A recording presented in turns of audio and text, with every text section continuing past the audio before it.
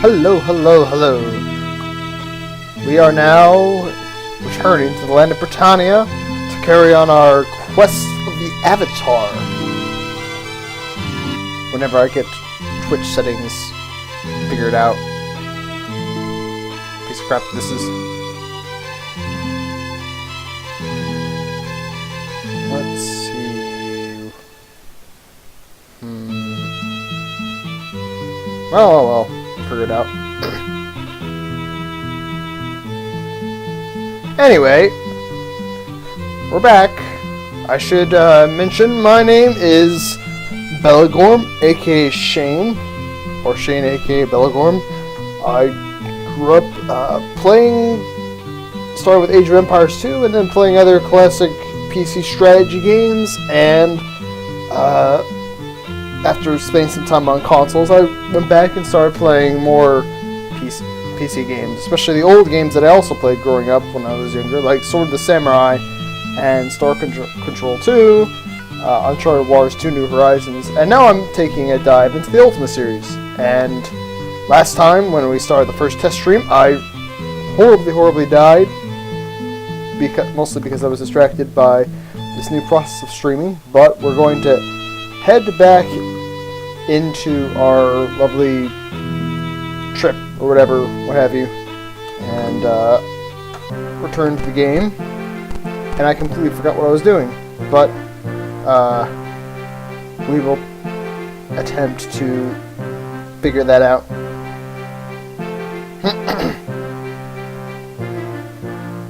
Edit some things.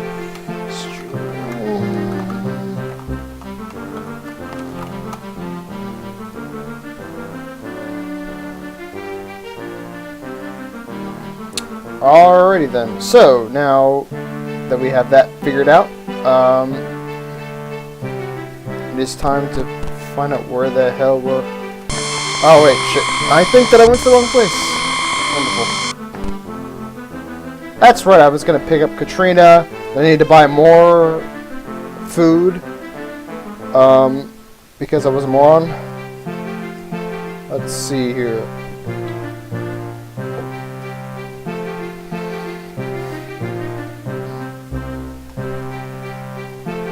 I don't really know Katrina at all.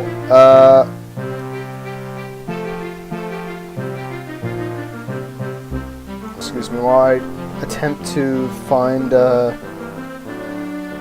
way to get to Magencia. That's right, I'd sailed to Magencia and then promptly died like a moron. And I just missed the thing because I was looking on the internet. But, well, we will get back to it. Last time my mic was a bit too quiet, but hopefully this time it'll be loud enough. I boosted it to annoying levels because my mic is very quiet. And now that I'm not just trying to figure out how that works, Twitch, we can try to make it more entertaining, making use of that radio voice that I've been told I have. And let's see here. In any case, we should soon be on our way whenever the moon is full. Where the hell can I get to from this place? We're near Minnock. Scarlet Bridge, Trinsic. We need to go to Trinsic, which is Gibbous Waning. Let's see here.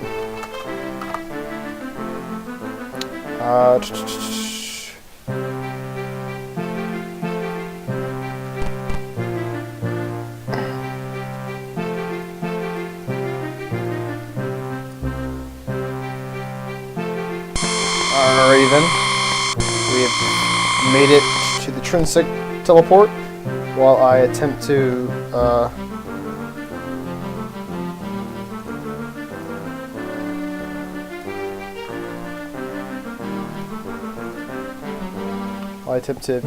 figure out... there's too many... See, the problem with this game is that there are 1,000 different things you're looking at, and considering I don't own a boxed copy of this game, I own the Steam the GOG.com version. I have to figure all this shit out on the on the go by switching tabs in my internet browser constantly, but I should be able to now remember. So I'm waiting for, what was it, Waning Gibbous Moon for the start point, and Waning Crescent Moon, I believe, for Magencia. Yes, alright, good. So, in a moment we will be able to get on our merry way. I will need to buy some more food. However, I don't think there's that many things we need in terms of spells. No, yeah, we're pretty good. Could use some more Blink. Maybe some more Awaken, but I can make that on the fly pretty easily. Open, yeah, that's right. Yeah, actually heal spells might be good, but that's not incredibly necessary. We have enough light spells, we have enough torches, I know that much. So whenever this moon gate shows up, any second now, there we go. I just head on my merry way, find Katrina, who I've never, she's a shepherd. Who needs a shepherd? Oh, lovely, there's poison. Poison swamps. Alright. I don't know why, but every swamp in the entire world of Britannia here is poisonous and dangerous and will kill you. Most people find this out the hard way, like I did, where I just kind of went and got poisoned really early on, and I was into that. Alright, so I have no idea where the hell this lady is. I'm also being attacked by Nate the Snake, which is really unfortunate, because I didn't want to run from combat. Let's just keep moving along until I find... I completely don't know the story of Magencia. I probably should, but I don't. Great. I feel like if I hit this snake, it's gonna die, and that's kind of a bad thing. Alright. And shit, I'm being poisoned too. Lovely. Anyway, in case you are just joining us, we are searching for... And I missed. Great. See, Geoffrey is my weakest link here. Ah, shit. I think I just... Alright, whatever. Cure... Let's see. Crap. So, it's a very confusing game, released back in 1985 on the Apple II home computer. I am running the free Windows DOS version off of GOG.com. Apparently I'm out of magic gems. Where the hell is Katrina? I'm trying to find this shepherd lady to join me and have a full party. We are like, I don't know, 10-ish hours into the game. And maybe a little less, maybe a little more. What the hell? Alright, well, I'll just try and run around and find,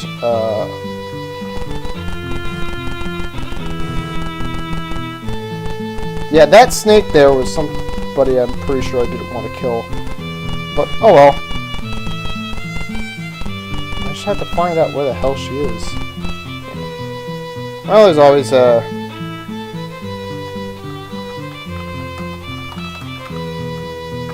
There's always a way to cheat these things, which is looking at a map.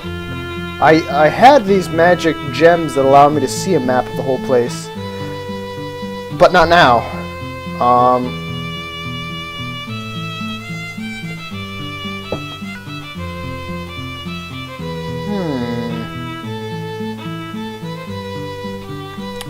Now that I mention this is confusing. I haven't gotten a new character for flippin' ever. I guess I'm just gonna talk to everybody.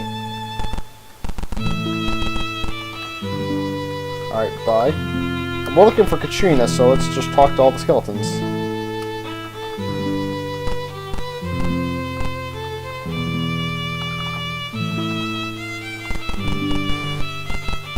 Alright, these ghosts over here... his name... Oh, shit!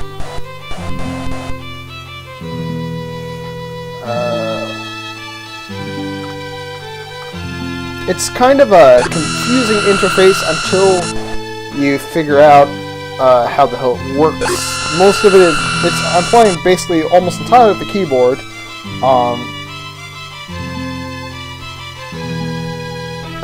Welcome back, Harpy Harp. Sure, you can. I was going to just look it up, so by all means, if you can enlighten me, or if thou mayest enlighten the avatar.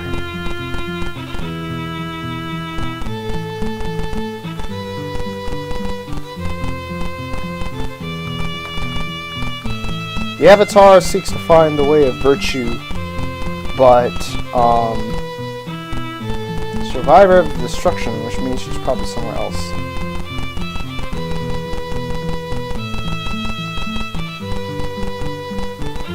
I kind of wonder where Machiavelli would fit into this.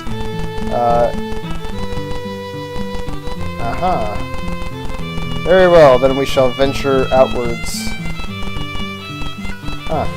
Didn't get poisoned that time. Perhaps on the outskirts.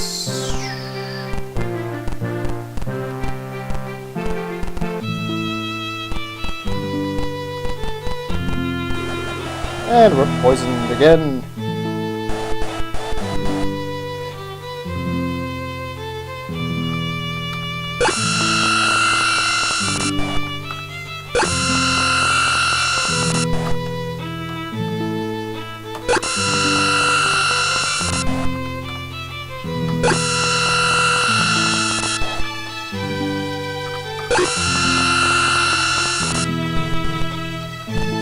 I suspect Lord British is behind the missing shepherd. Oh wait! Yes, the snake is back. Lovely. Alright, so it's on the town map, but not in the town itself, technically. Oh god. No! I don't want to fight the snake dude. He's a good guy, sort of. Alright. Technically, so I guess I shall start searching around the edges of the map, and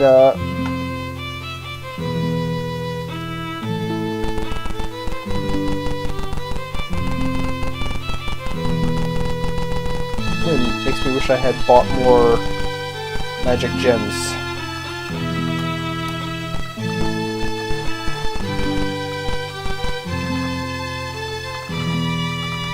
Splat. There are a lot of hidden walls I have. Ah, god. There are a lot of hidden walls in these towns, I've noticed.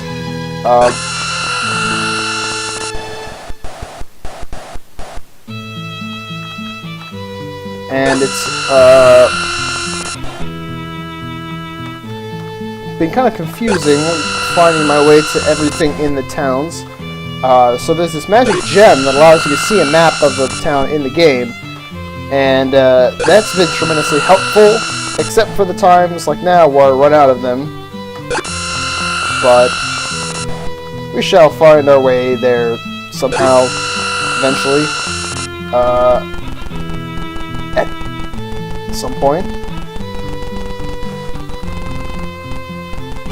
I don't know, we've got Jaina the druid here. Maybe she can talk to animals and find out where this place... Oh yeah, the view spell.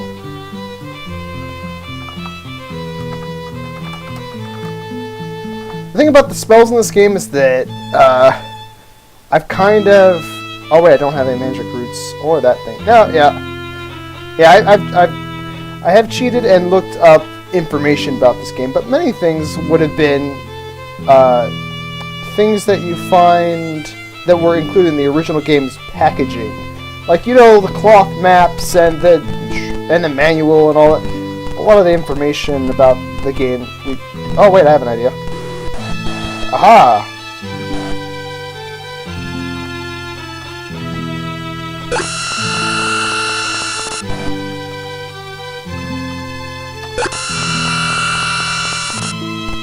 Number one tip. Aha! Beautiful.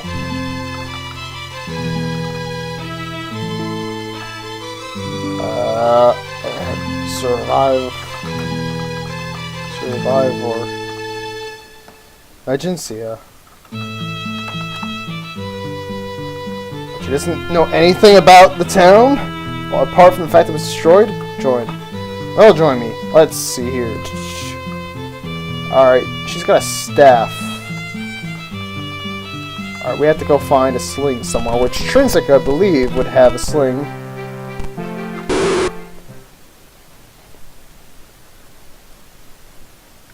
Yeah, at some point, if I find a box copy of the game, and eventually I bet I'll come across it, that will be pretty cool. I happen to work in a used bookstore, and just the other day, we got in box copies of Baldur's Gate 1 and 2, and Diablo 2, and Imperialism to Age of Empires. We got all kinds of old PC games, and I was able to get a whole bunch of box copies for those games. So hopefully one of these days there will be an Ultima game that comes in.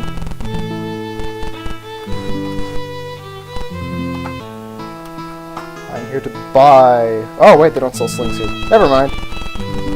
Slings.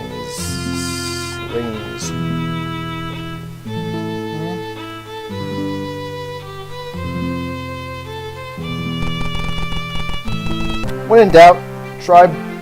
Oh wow, dragon. Let's fight the dragon. Oh wait, I forgot. Katrina has no health. Oh, it's one of those damn Balram things. And now I keep on... Actually...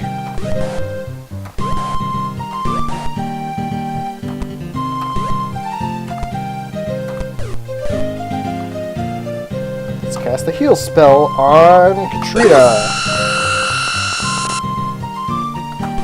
Was it now?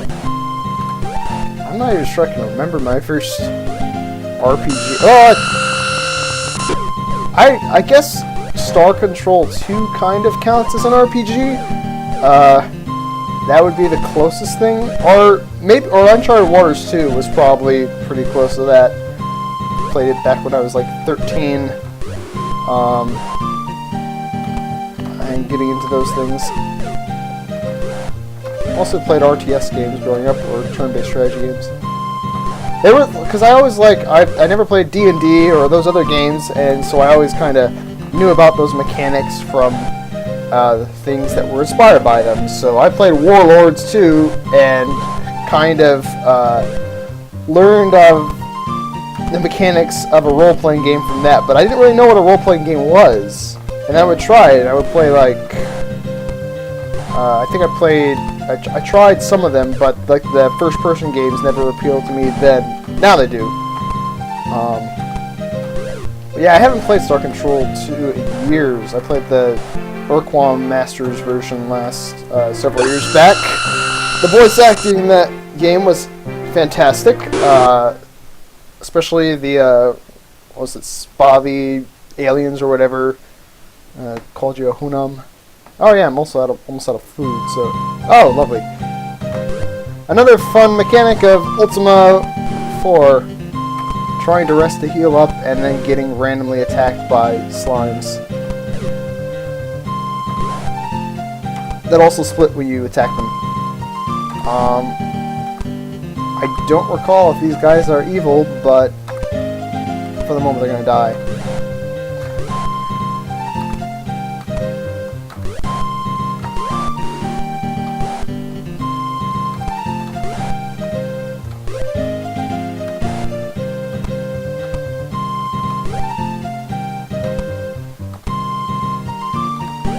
Ah, that is true. I remember... Well, actually, well, I don't really remember Ultima 6 well enough, but I do remember reading about how you could set a watch at Ultima 5 and 6. I am very much looking forward to Ultima 5, but this... And I also tried playing 4 years ago, but had not gotten very far into it. Alright, I was going to go to Britain. Let's just walk. Safer to walk. Travel is fun in this game. I have noticed that there is a town where you can buy a horse, but considering how often I end up just losing the ships that I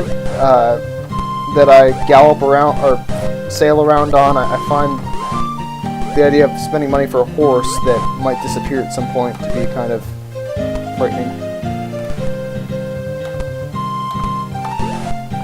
I do have a couple of the Awaken spell on me as well, which wakes you up from sleep, but when these Balrans here puts almost your entire party to sleep in one cast, it kind of becomes a waste of money.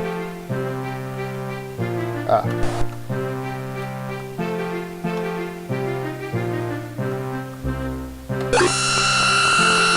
crap, I set Dupre as my active party member, and I still have no idea how to get it back to the normal thing without going to this battle screen or going to a town or something.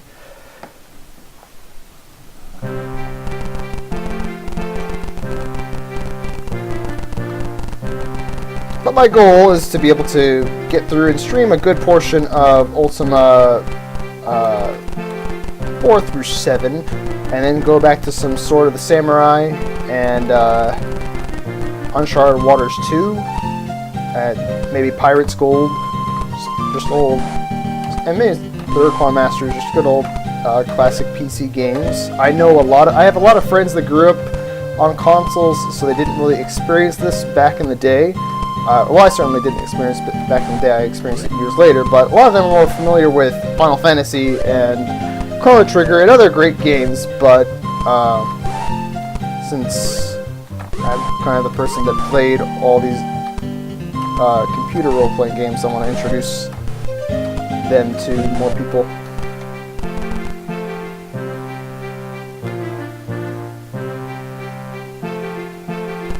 Yes, this is the Ultima 4 extended version, I believe, which is kind of a confusing little patch process that you go through. I'm pretty sure the Zorn is not evil.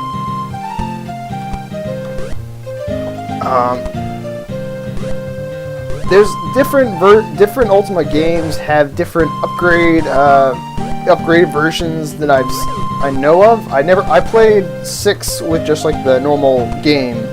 This is the only one I have ever modded. I know, mostly because the DOS version doesn't like playing music. But I played like a good portion into 6 and had modded it. But this is a pretty nice graphical and sound upgrade.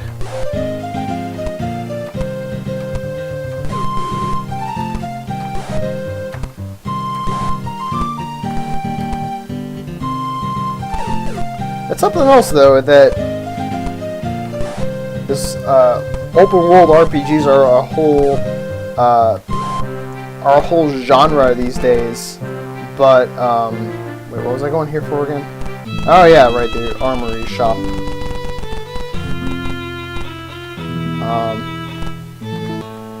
By slaying 1. Alright, let's see. Ready a weapon for Katrina. I'm pretty sure they can only use slings up until you get like magic wands or whatever. Should probably get food as well. DOS versions of old games that were not originally released for DOS computers are interesting.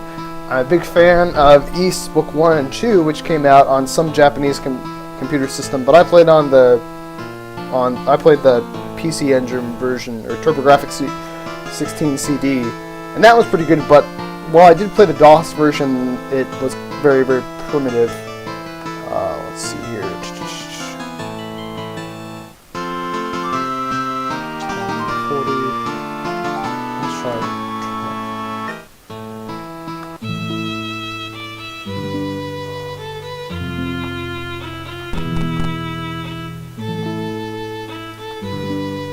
Oh, that is pretty cool. I have heard about that. And that's pretty cool about your friend. Best of luck to him, and I'll probably have to check out that Lazarus remake. If I ever get around to getting a hold of the Dungeon Siege engine, or, well, getting Dungeon Siege at some point.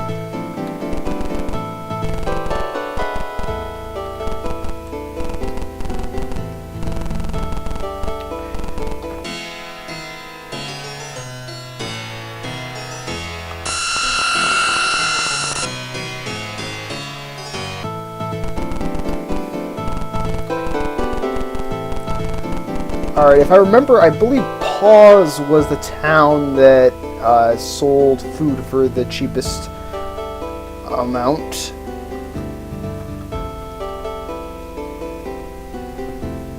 I think. Maybe I'm getting completely wrong.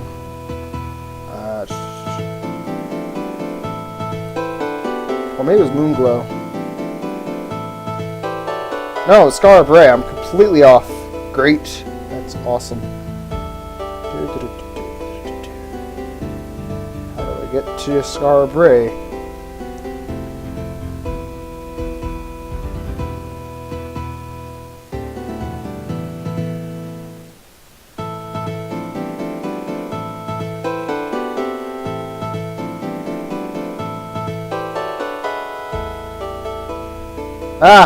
Get it, horse paw.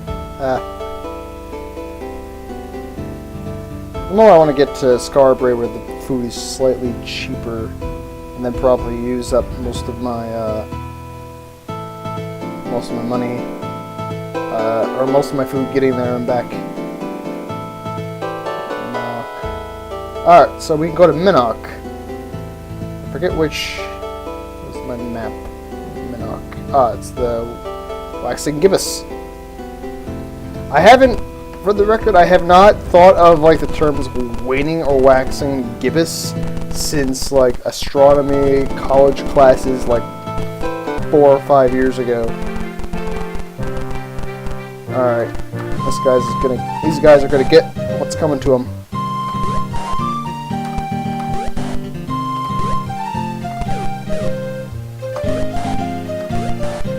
I'm a fan of the wiki, the Codex of Ultimate Wisdom for this game, because this game is very, very challenging to just figure out on your own, especially if you don't have the maps or anything.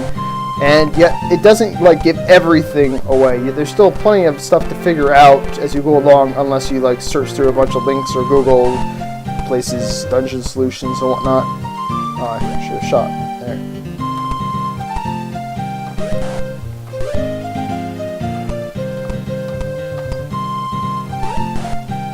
A lot of games I think really should have these days is kind of the idea of morality and how you go about. Instead of just killing everything you come across, certain things are good and you shouldn't kill them, and then you shouldn't necessarily chase everything down until it's dead. Oh, there's a new site. Which one's the new site?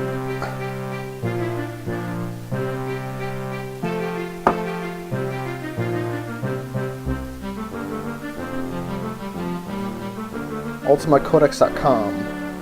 Oh yeah, that's the one. Because I was looking from where was I going? Oh yeah, Scarborough.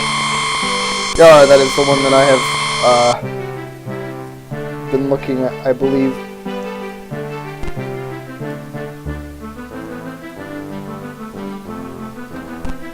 But I really wish more games were more involved than. Wait a minute, this is totally not where I was going to.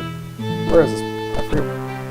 Oh no, wait, this is Jellome, but I remember I can get to Scarborough from Jellome, so that works too. But I wish that there were more games that had you not necessarily just do this quest, kill this thing, get his item, and then have money or whatever. Kind of these things where you make a choice. I could get this experience, or I could gain in virtue or whatever. It seems kind of compelling to me. Oh well, great thanks to you then, RP, for having done that research, because it's quite helpful for me now.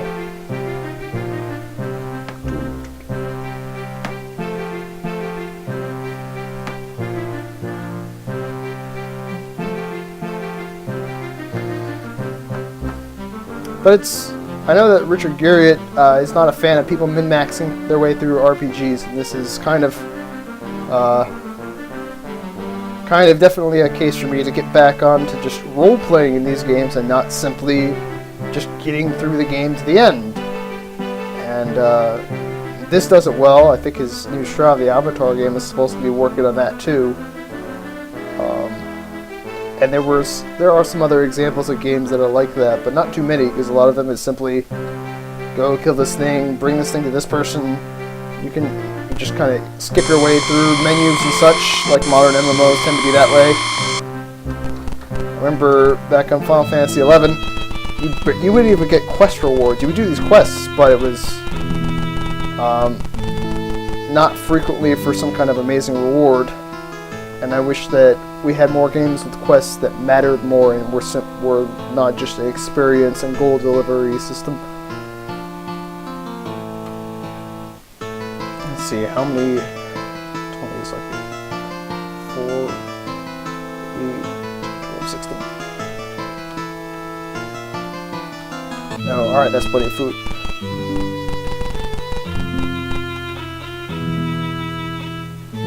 Quest. No.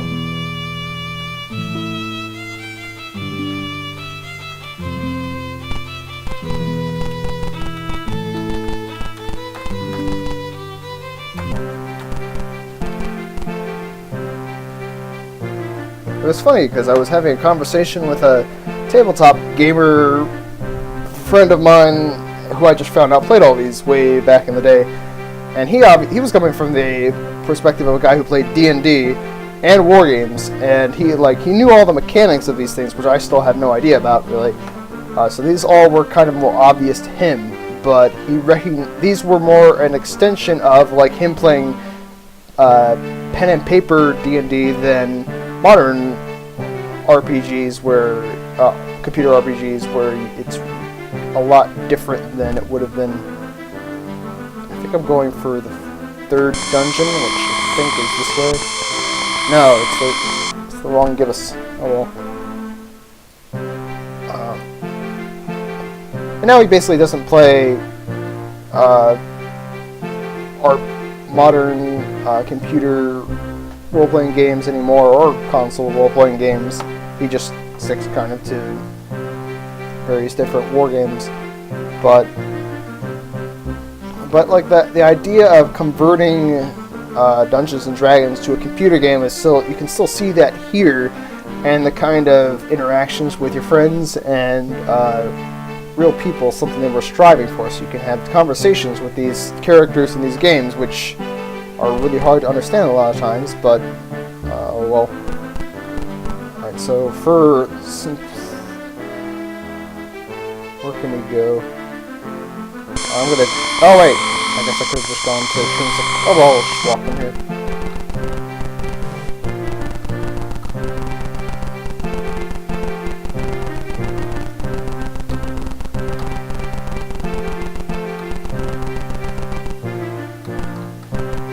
I should probably buy more gems at some point. Actually, let's take out the headless.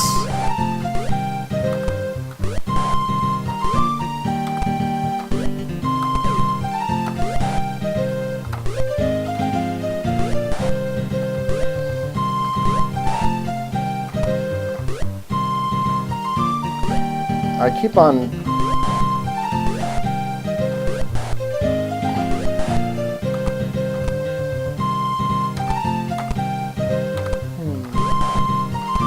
It's kind of funny how by choosing to go with all ranged weapons...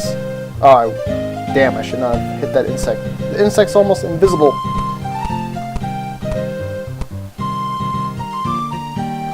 Let's see. You can kill the evil eyes, though.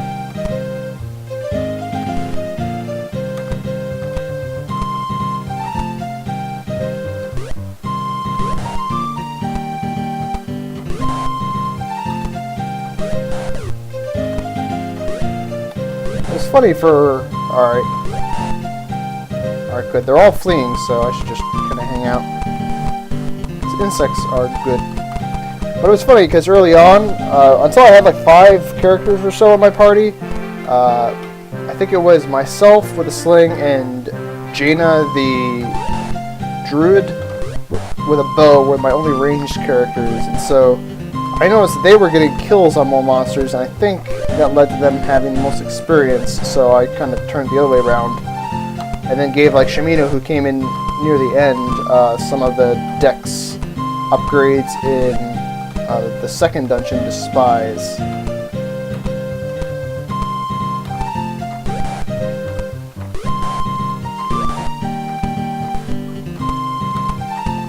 One problem with not wanting to kill good creatures is that you want them to flee, usually, but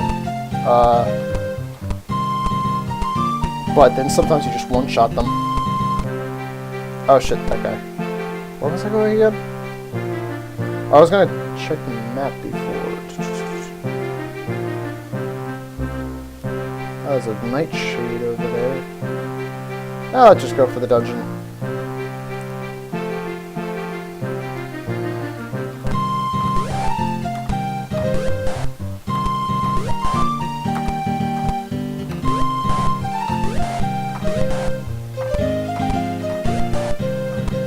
It's funny how you just start to get your guys into these long lines of soldiers.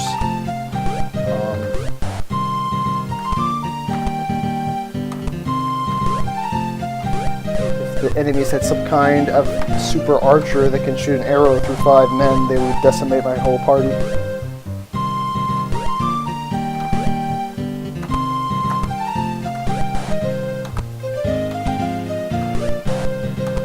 I did notice that my mic, well, I have known for some time that both my microphone and my headphones are very quiet.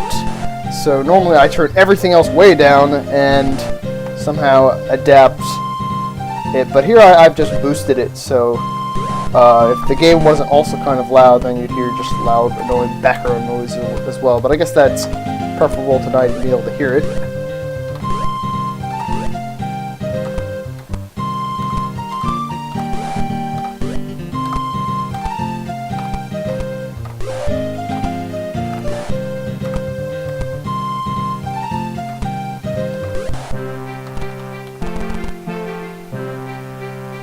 It's been kind of a project in the back of my mind for years now, before I actually took the idea to actually go on to Twitch, that I wanted to play a bunch of old computer games and stream them, because people are streaming old console games and new MMOs and League of Legends and all that stuff all the time, but I don't see as many streams of old computer games, so now's my time to evangelize, as it were, to the world the old games that I barely know anything about, or any of them. Now, Sword of the Samurai, I could probably play through a whole game of that in a couple of sittings. It's hard to go back to the game now just because I played like almost everything there was to do with that game years ago. Oh, I have voice problems in like everything. Steam chat never really works anymore. Skype has problems. And what was it? Whatever random voice thing my Link show on Final Fantasy XI used. People always complain I was quiet. And evil mode.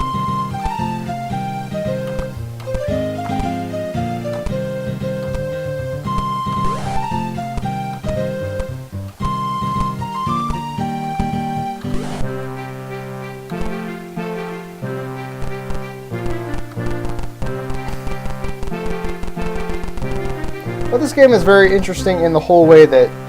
Alright, whoops, I just was going to check the sextant, and that didn't work. Well, it did, but I got attacked. Now I lost my train of thought. Oh, yeah.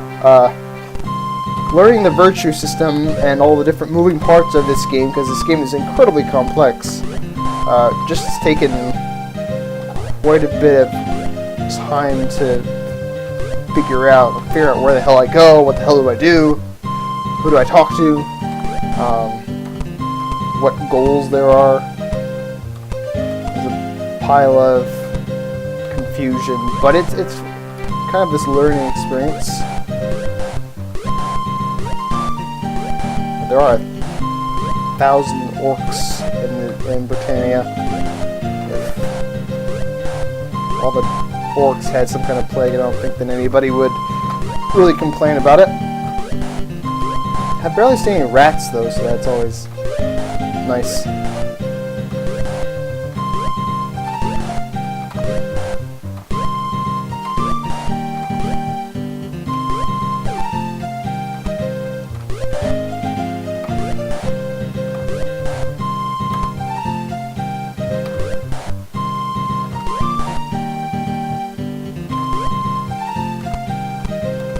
I start out just kind of running around the world grinding like this. How are they? Monster spawning mechanics.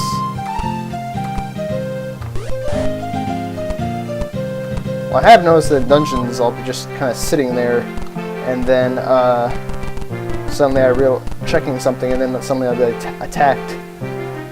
Where's the map?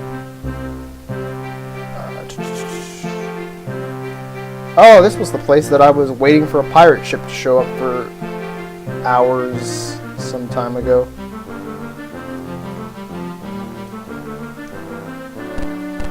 But like, I raided all the chests of Castle Britannia until I realized that thou shalt not steal.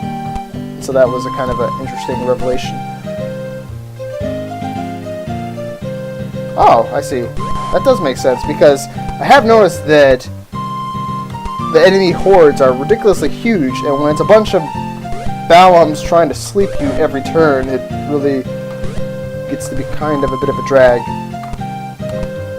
And then you've got the rogues stealing your gold even now, and then the gremlins stealing all your food.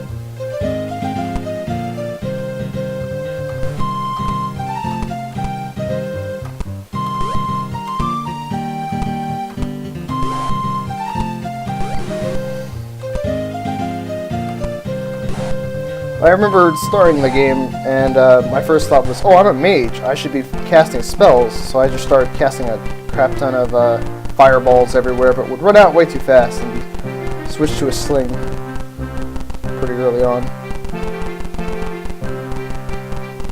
I still don't really use offensive spells hardly ever. Somewhere in here there's a dungeon. There we go.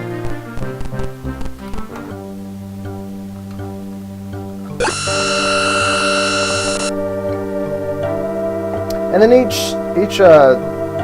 every time, like, I need a spell to cast light, I would look it up and find it out. There's still spells like I completely have forgotten the existence of by now, because I kind of by accident I just didn't pay enough attention to what spells. Because there's protection in this game, there's tremor, there's always different undead, there's always spells that I have not used nearly enough of, I guess, but somehow it's I've been able to get by.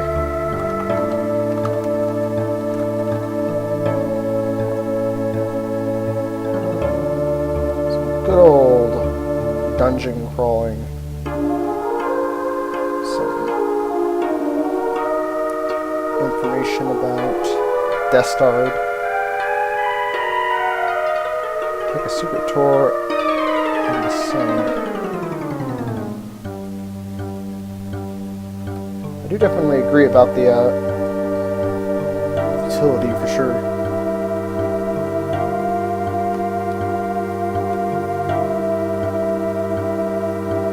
I understand there's a ladder going upwards in the middle of the first floor.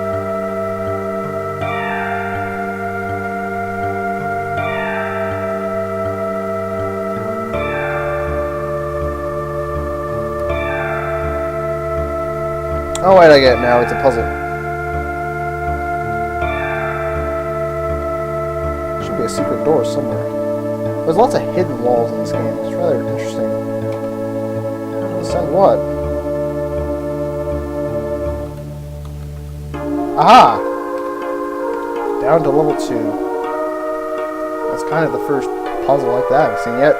I mean, there's hidden walls everywhere, but still. Alright.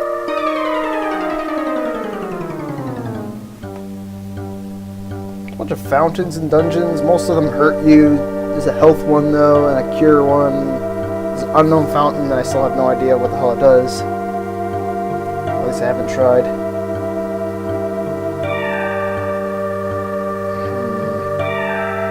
So I go to the northwest corner.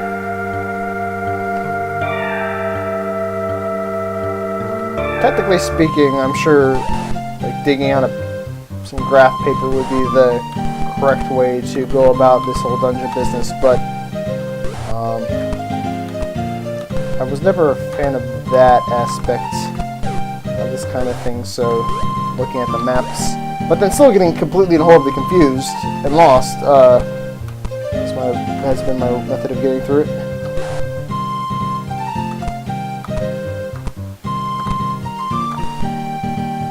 It also took me a while to figure out that when you get into these encounters like this, like hitting the opposite end of the room actually does get me out the western side. I kept on like killing everything and then leaving through the door I'd come through because it was closest, and then realized, oh no wait, this game is actually more advanced than I'd give it credit for.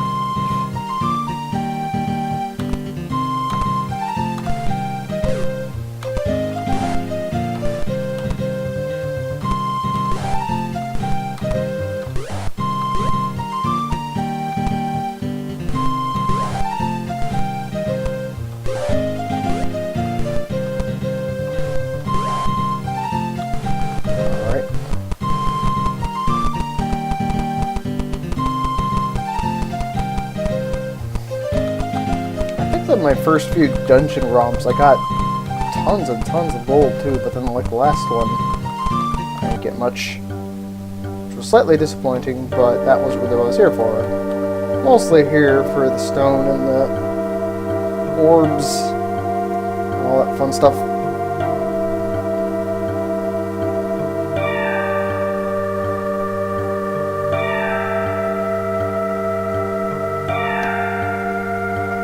Alright, so...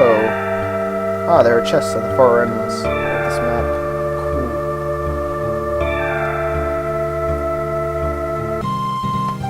Oh, hey! I feel kind of terrible. Just a bunch of orcs eating around a campfire, and then suddenly this party of murdering humans show up. It always seems to be a toss-up of what the best idea is to maneuver or just to shoot, because like there'll be other guys that need to get into position, but then you tend to want to shoot with everybody who can, so you kind of funnel guys through. A lot better with ranged weapons, for sure.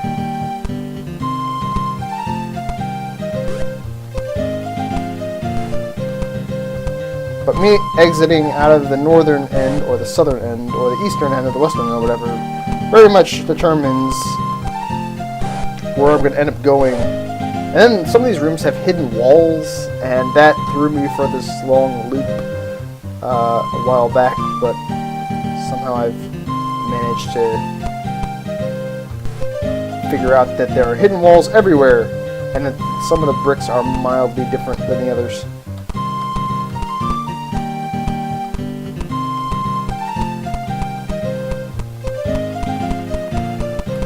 Kind of like Castlevania. All the walls look alike, but then certain ones will have a... I think these ones are strength. Yeah, strength. So let's see who's the strength people. Fighters. What about... We're going to give it to Geoffrey. He could use some power anyway. Actually, I should make some heal spells. Heal. Ginseng, Spider Silk.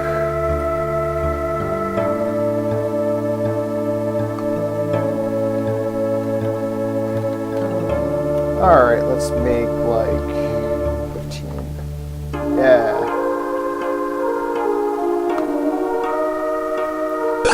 think they're... Nope, forgot about that.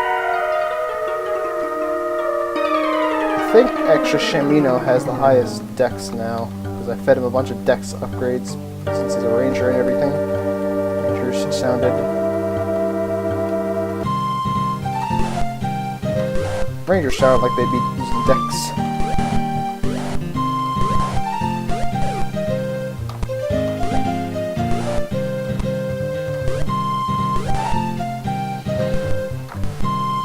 Oh, I should have...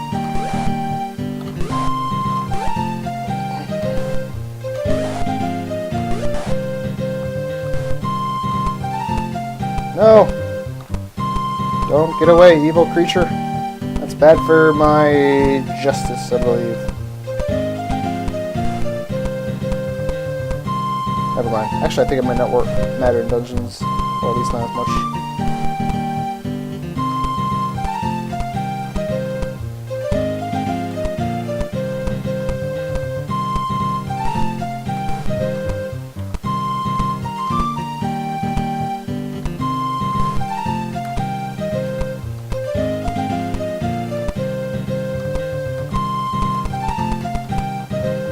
Oh, yes. By all means, thank you for joining us. I've learned several things, and the wiki is helpful, and these are great games for all to be enjoyed. Oh, holy crap. It's a ghost.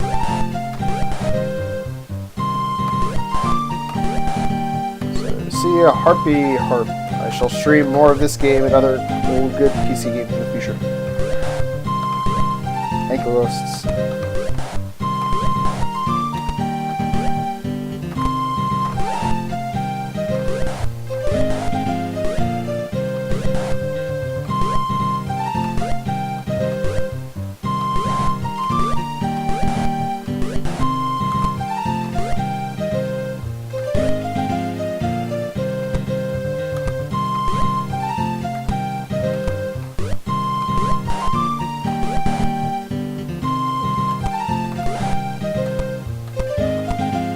A long time before I encountered ghosts in this game, and I didn't even realize that they existed, but they do.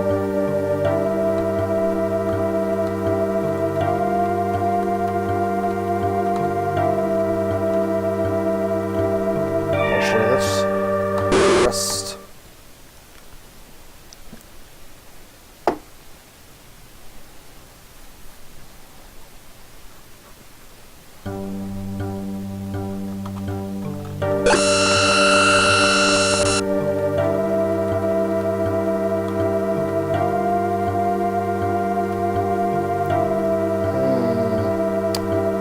Go to the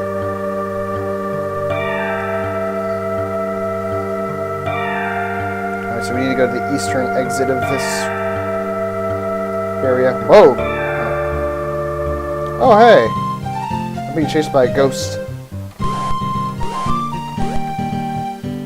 This game does use kind of like an active turn-based battle system like the Super Nintendo Final Fantasy games, and that if you wait around for forever on a character, it'll pass the turn, so you have to kind of do things relatively quickly. Not too fast, there's plenty of time, but in my hurry to get through things, often I tend to not make the best combat movements. And you fight so many random battles, too. Well, not really they're not even random battles either. It's like Tales of Symphonia. You can see what's coming.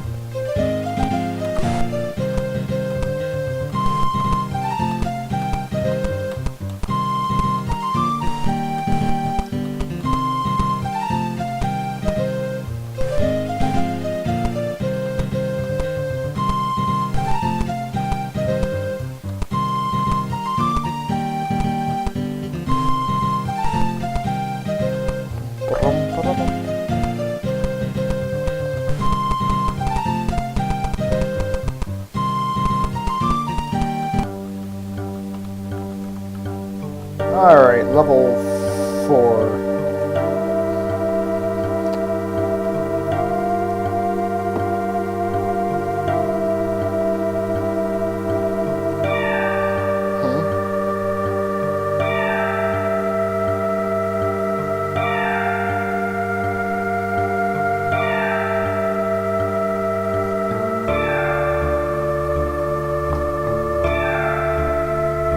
Wait a second, this is confusing.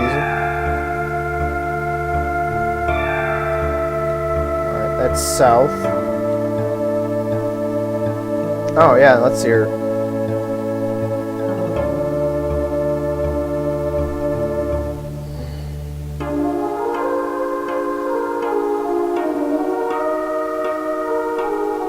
Alright, so we have to go there's a bunch of gold in this,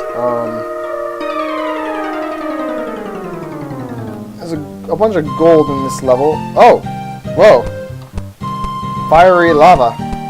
Ahoy. Oh, wait, no, never mind. That's no lava. The floor attacks are phantoms. I understand that in Ultima 3, the floor is an actual enemy.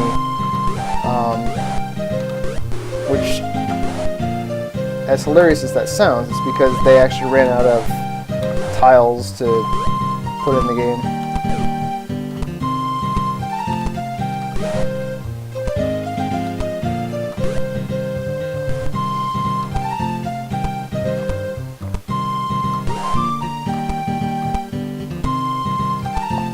No, come back here, Phantom. It looks like the floor barriers.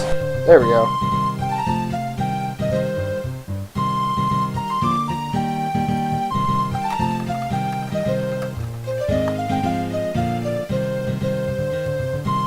Alrighty then, let's see. Let me check the map again.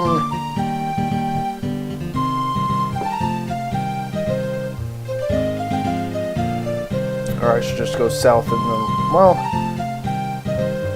let's go east.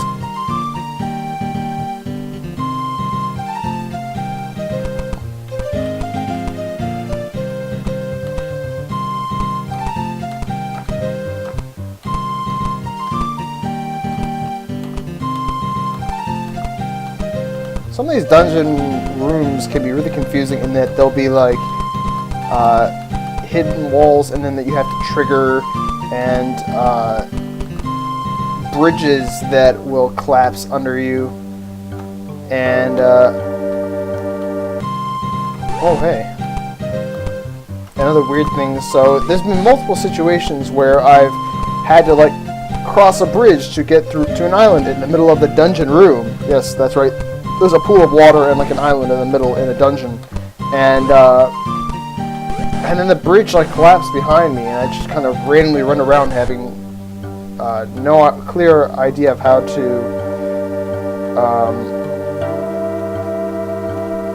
make my way through it, or oh shit, just sleep.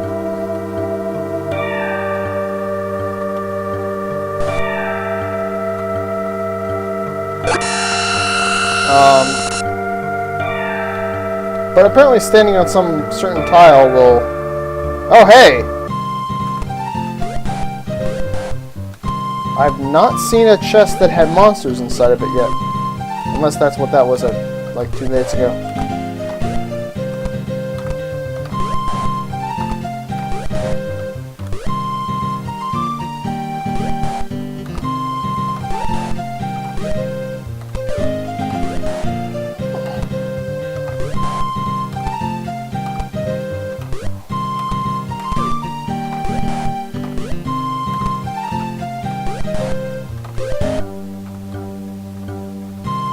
Oh yeah, I was here before. Okay, so I need to go... Where was it?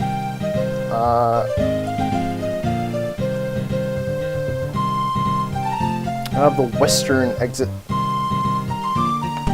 Oh wait, that's right, these things attack.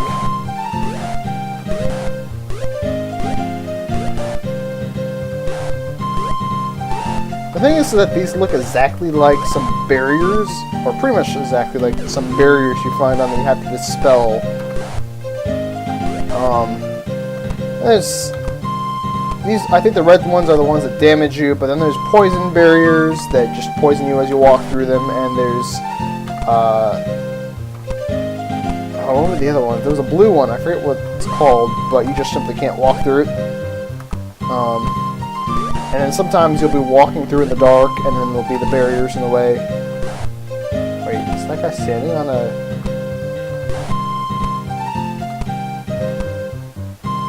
something I also did not figure out until later was that you can fire ranged attacks through your allies. I thought that would hit them. I did not give the game enough credit, so that's when I started lining my guys up and using ranged weapons way more often.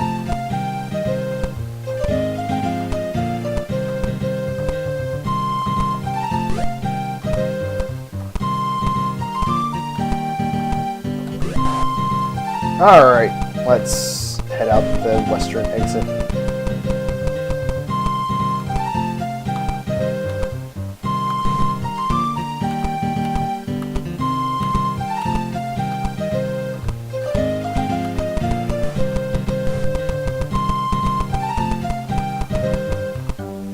Oh hey! Whoops. Missed.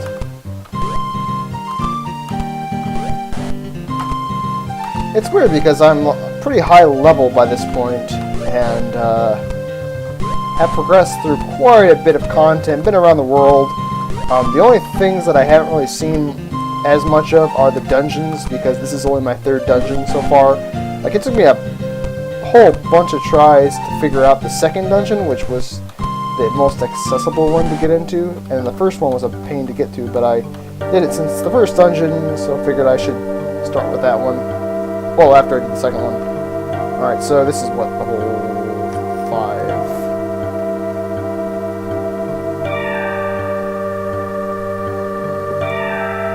Take the north ladder to level 6. Can do.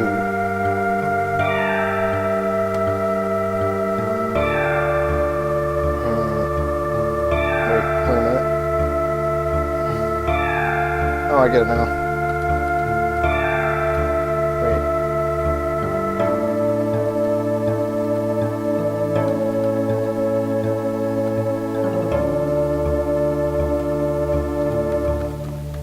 Kind of a empty dungeon. Boy, they were back in the day. These first-person dungeon crawling RPGs were pretty common. I think I always hated the look of them in the past. But the first one I ever really played much was Shin Megami Tensei 1 on the Super Nintendo, which was fan-translated. I played on an emulator. But I think Wizardry and Ultima 1 were kind of the predecessors to Ultima 1, like Calabath, were kind of the first ones that really took this idea and ran with it. But it's interesting. Very simple party dungeon crawl thing. Oh, whoa! Oh shit, Reapers. This game has killer trees called Reapers that like put half your party to sleep with one thing, but they don't really hurt you that much apart from that, so they're not as bad as like Balrams, or Balrams or whatever they are, that also put you to sleep.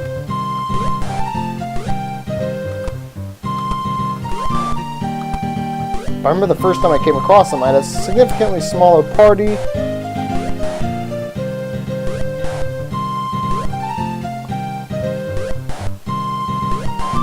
Wait, why am I facing west?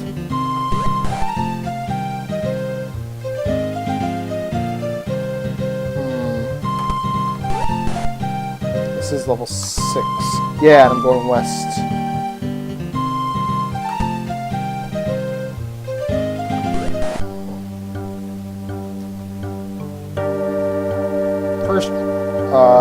First take the western ladder to get the redstone.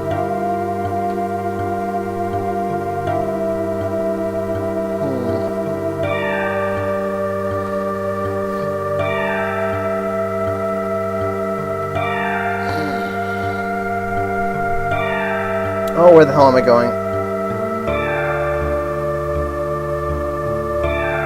Oh, wait, yeah, I should go south. And then west. Oh, wait, this is the search. Wait, why is it dark? Oh, yeah, that's right. I had to cast light. Yes, the redstone, the blade of people, or whatever.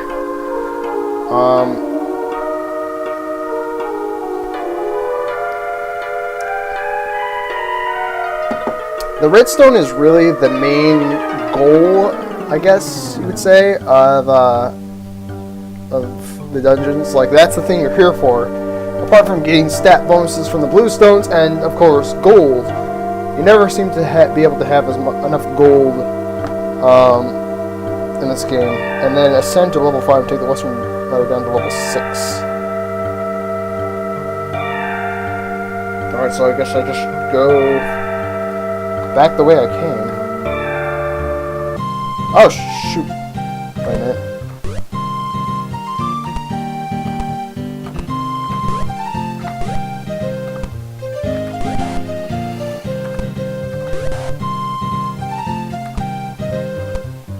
Paying way more attention to this game's messages or whatever than usual in this situation. Oh, damn, I killed it. Oh well. Barely wounded, eh?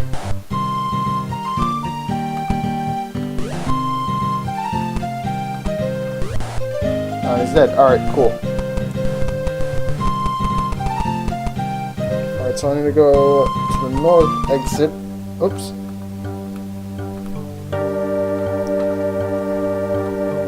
Hey! There's a...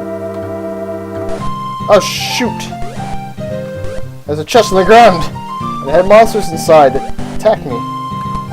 I guess that does happen, but usually I don't see the monster in the dungeon, which I just saw.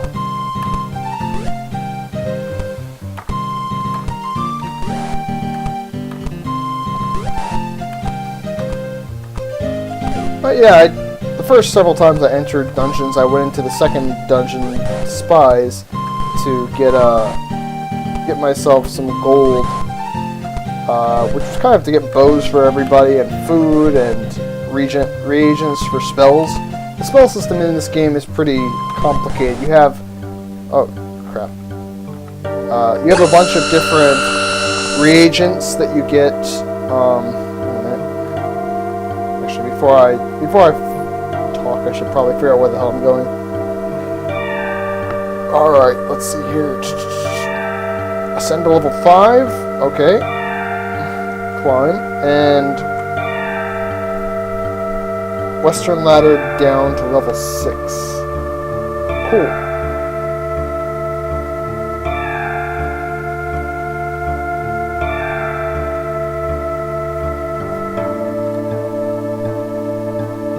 Oh shoot, there were weird, strange winds.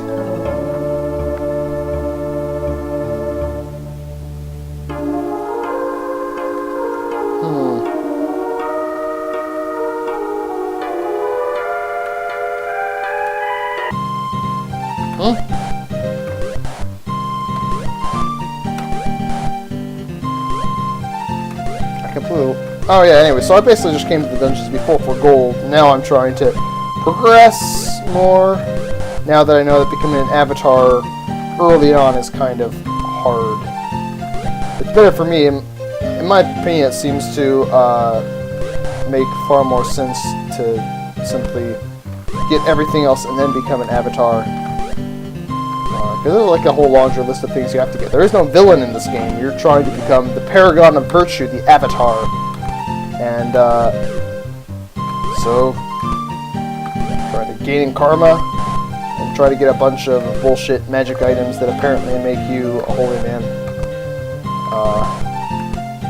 But whatever, it's fun gameplay, much more interesting plot than any other game really had done before this. It wasn't just like, beat up this bad guy. And,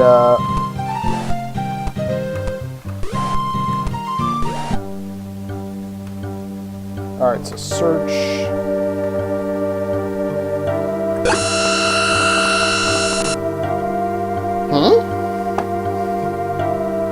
Where in blazes am I now? Oh wait, I'm looking south. I need to go west. North? Magical ball. Who touches? Geoffrey. Yeah! Now we go east until we're blocked. That one's fleeing. That one's fleeing. That one missed.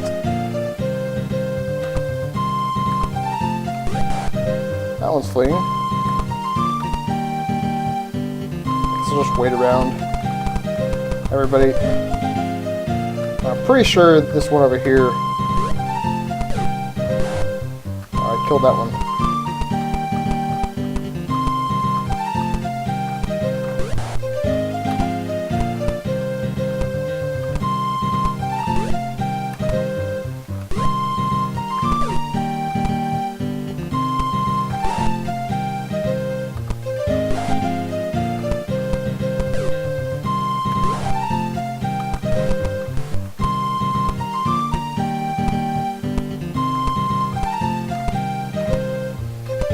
You have to do all these things to become the Paragon of Virtue, and it becomes very annoying because it's really hard to figure out how close you are at any one point in the game.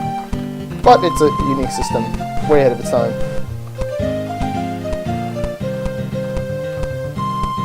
And it's a world that really sucks you in more than many other modern RPGs do.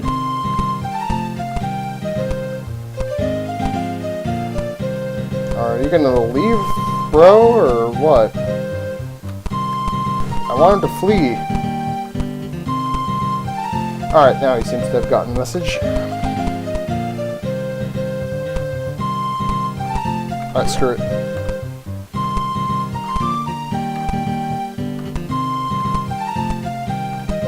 No, this hole.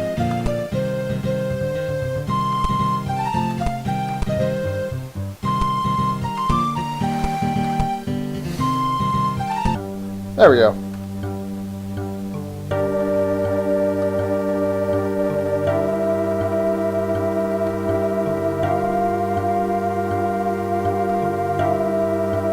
Oh shoot, he's dead.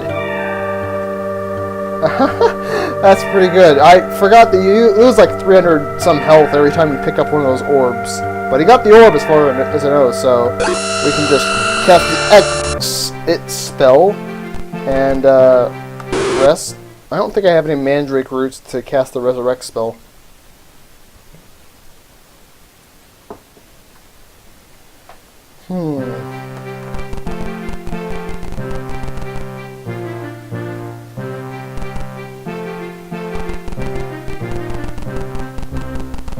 I'm gonna hope there's a healer in the town of Trinsic.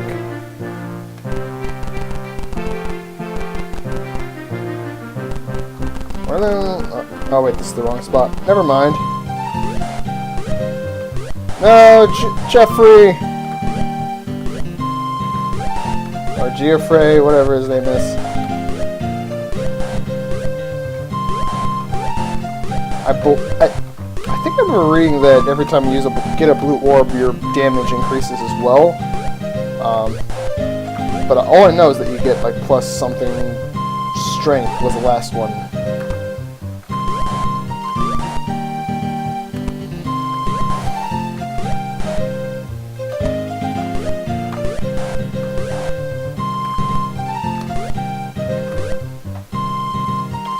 Now this game here is fairly bare bones. Like, I've been doing very similar things for quite a while. But 5, as I understand, becomes way more involved, and I can remember 6 being way more involved. You're becoming the Paragon of Virtue in this game, and it turns out that what you believe to be virtue carried to a whole nother level is not always so amazing. The plot in this one is pretty basic, and it's really hard to spoil because it's kind of your goal from the get-go. Become the Paragon of Virtue, and that's the story. With some more stuff thrown in, but barely any actually. In 5, at the start, you turn out that Lord British went off to conquer the Stygian Abyss, which sounds like a horrible idea. Lord Blackthorn is in charge, and he has made the virtues law. And it turns out, surprise, surprise, when you make a virtue the law of the land, it doesn't seem nearly as honorable, or at least not to me. Oops. So many monsters.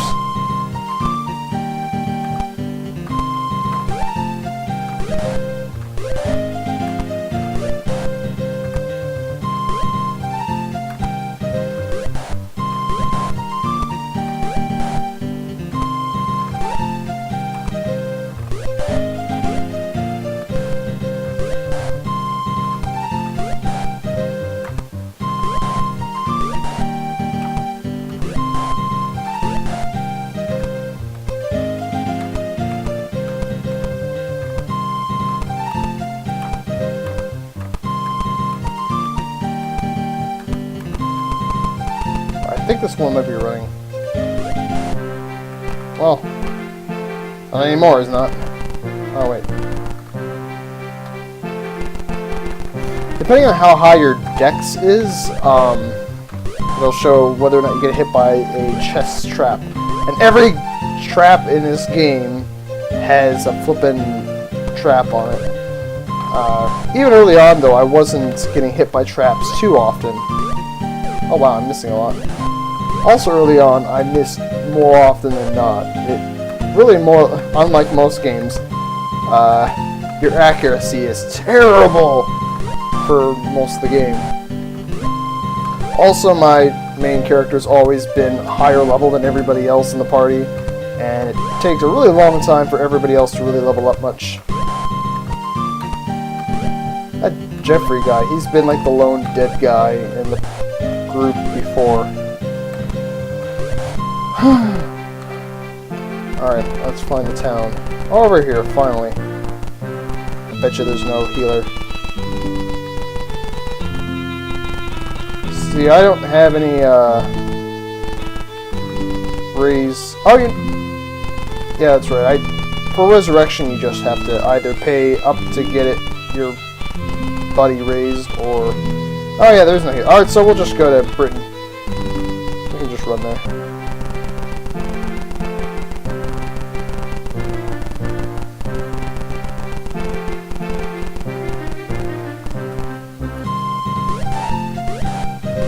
I feel really weird not having my entire party here.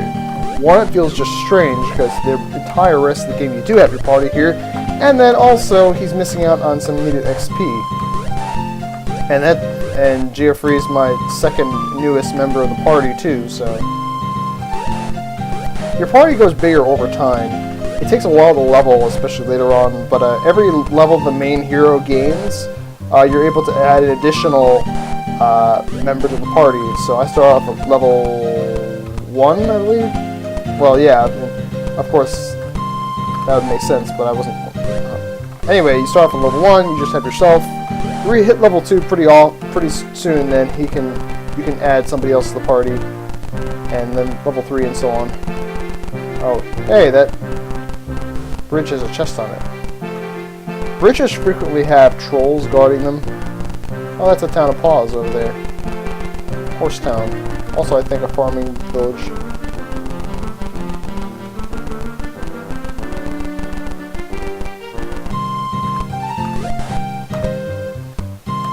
I've been thinking that Lord British is alright. He made some pretty cool,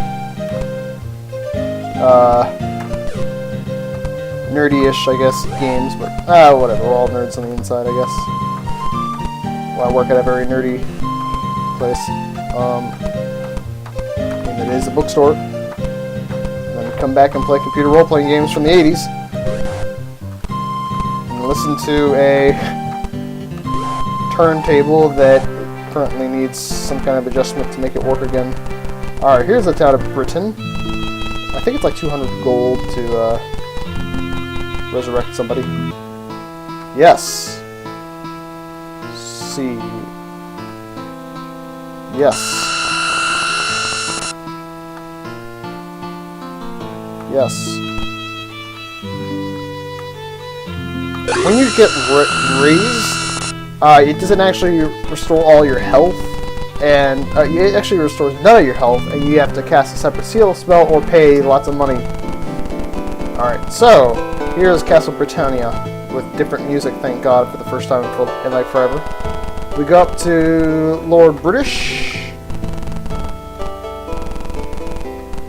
This is how you level up in the game. YOLO, Jaina.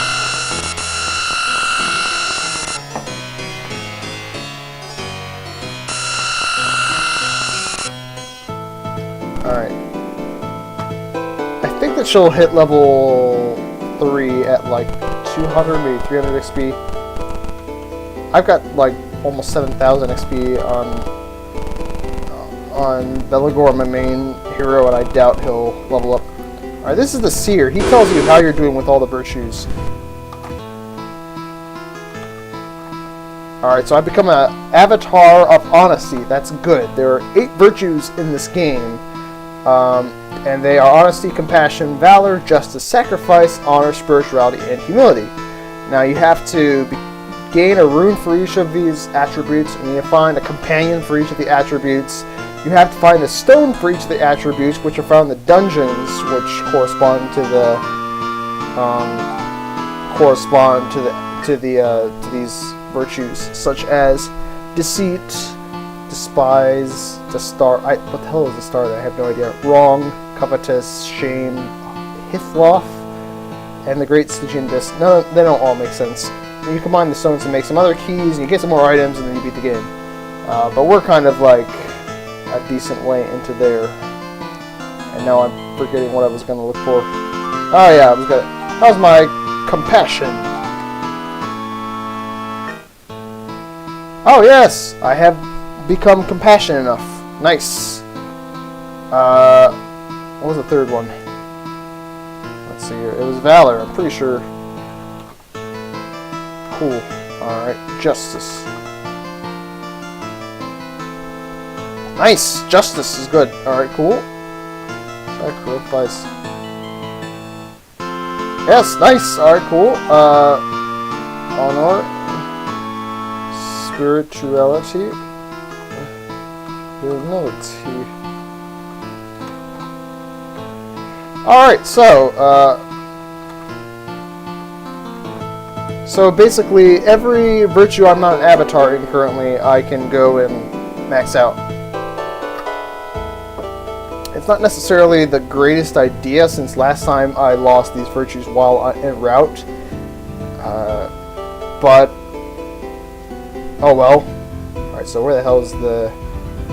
look at the map again. We need to find compassion, which is... compassion is one of the closer ones. The only negative side is, of course, you have to be poisoned en route. But overall, one of the easier places to go. We do have a decent amount of food, too, which is good. You might notice the letter F over below my party list, and that shows how much food you had. If you run out of food, you start taking damage, and you lose. Alright, so, we're fighting these things that... lava lizards. Alright, let me find out if these are evil things. I'm pretty sure they are, but never hurts to be careful. Yep, alright, he resists fire too. Why am I not surprised? Alright, these things are evil, so... oh shoot, he just cast fire on the ground. There are now, as Harpy Harp stated, the monsters do get bigger and badder as your party grows. Something that I kind of had a general awareness of before, but now like really know about. So some people, I believe, actually go through the game with a small party, and it might be theoretically better. Like, you get less damage, but half the time your guys aren't in position anyway.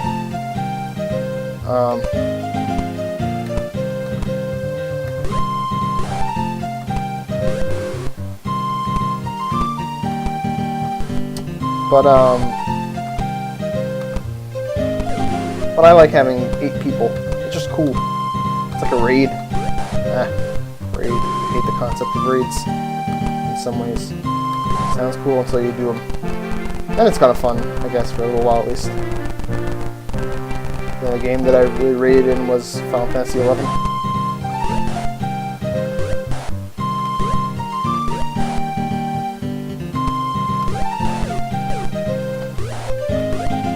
Even though it was kind of not necessarily that.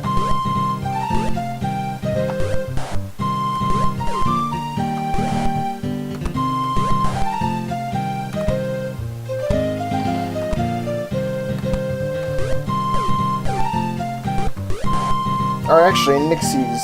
Are they evil? I'm pretty sure they are evil, actually. Nixie. Yeah, Nixies, where the hell are the Nixies? Alright, yes, they are evil, so they must die.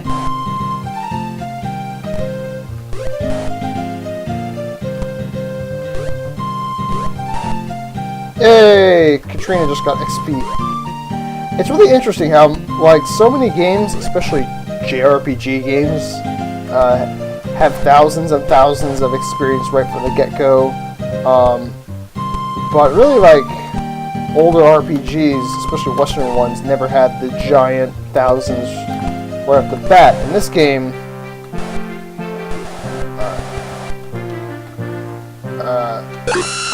I didn't get this high in levels and health and all that stuff till quite late in the game. And I say late in the game relatively because there's still so much to do left.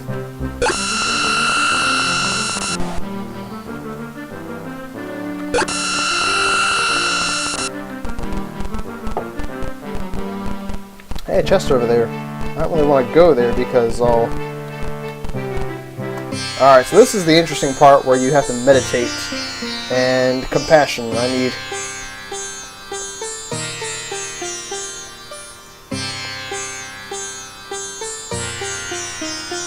This is, in fact, the... Alright, cool.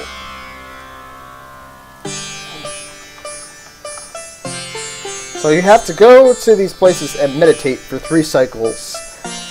And then you have to recite the mantra of one of the virtues, in this case, compassion, which you have to know by talking to everybody in the world to know. And I found out like 3 of them and then looked up the rest because it was taking forever. And...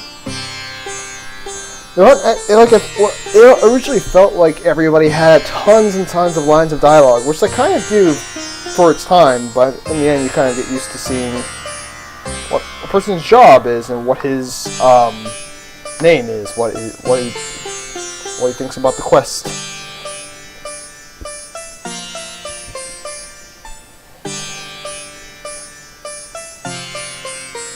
This is all very Hindu-y. Yeah, I already became this before, I just lost it by not being compassionate enough. So, what I need to do now is to keep on giving to beggars, keep on fleeing from non-evil enemies, keep on letting non-evil creatures flee, and definitely not attacking non-evil creatures. And I'm way better at this than I used to be. Let's rest just for the hell of it while I look up the next one. Valor, I already became a valorous person, I'm pretty sure. Justice! I believe that's the next one we're supposed to do. Justice is D. It's way in the north, so we need to go to the town of Minok or whatever that... No, it's U. Y-E-W, that's a type of tree grown in Europe that I'm not sure about other parts of the world, but made famous by the English longbowmen in the Middle Ages using it for their longbows. Or so they say. I've also heard theories that... Oh, crap. I've heard that other types of wood were better. I have heard many times that English yew wasn't the best type of yew for the job. So the old saying, a bow of good English yew. Now, some enemies can swim. I think some of them can fly. This kind of reminds me of Heroes of Might and Magic. These battles, now that I think about it. Or King's Bounty. That was also a classic game series that I remember enjoying fondly, and recently got Heroes of Might and Magic 2 on GOG.com.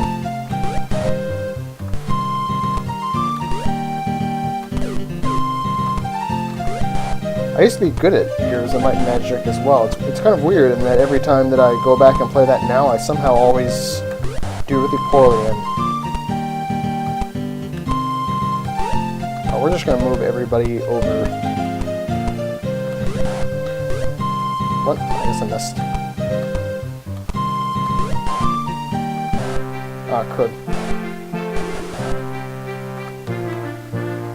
I've kind of... It's kind of like knowing your hotbar. I know the commands to cure up everybody. It doesn't really matter, I guess, who casts the cure spell. I mean, a cure spell's a cure spell. Maybe you can fail it, which I think I've seen happen, but I have my mage, which is my main character, cast pretty much all spells. So I cast the thing for cast a spell, I select the person to do it, and then I select the cure spell, and then I select the target. So a whole process. So we're going to head back to the Britain Gate, because I'm pretty sure you can get there from here. Oh man, I hate fighting in the mountains. It got a lot better when I was able to shoot long range, but man, these places are really annoying when you have melee weapons, because you can usually only have one guy fighting at a time in that situation. Also, when they used to take like 1,000 hits and you missed half the time, that also made it kind of hard.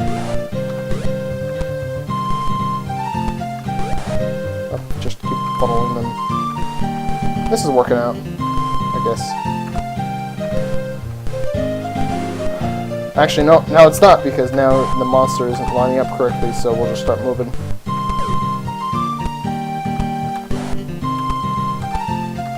Yeah, I remember Dupre, Shimino, and Yolo from Ultima 6, who they I still remember the intro to that game being one of the coolest and most haunting game experiences ever, where you're actually a character from the real world, and you come to Britannia magically to fight evil and all that jazz, and become the Avatar, to become the Paragon of Virtue, and all that stuff that I'm doing right now.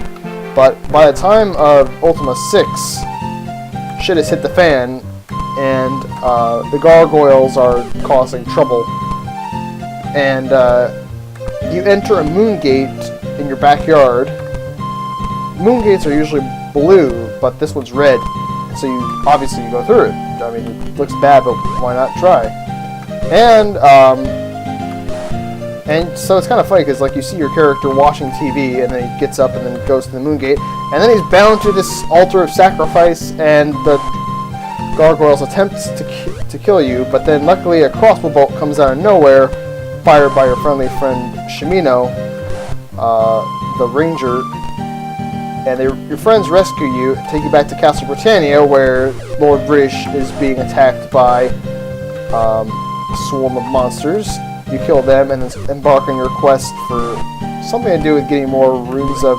I forget what the beginning of it is, but it involves getting all these runes, which is the way Ultima IV starts as well. Kind of weird you have to do it a second time, but whatever. The music in that game I found really amazing, even though some people think it's cheap MIDI tunes, but I found it really catchy. The plot's interesting.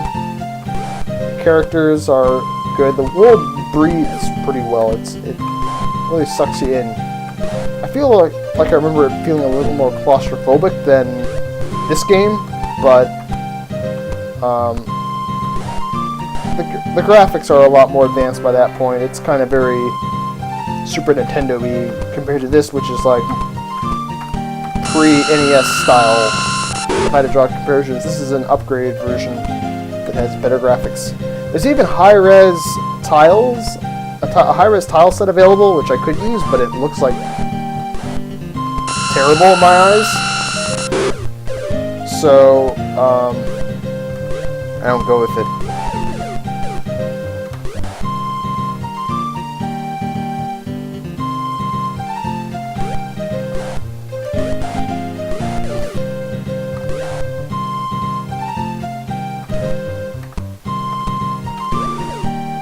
Needless to say, all the endless, semi-random battles get rather old after a while. These two-headed ogres never learn. Really, I mean, how many games out there do you know that has giant two-headed ogres fighting you constantly? I mean, we have dragons in this game, but you don't see them for forever. And when they do show up, you're like, oh, holy shit, there's a dragon here. I mean, Skyrim, for example, you were seeing dragons like over every mountain, and they were kind of some of the easiest enemies you would fight in the game. I remember, the trolls or whatever? They would attack you and like throw your body up into the air in one hit in a comical ragdoll fashion, and you would die instantly. And they were kind of some of the harder enemies in the game.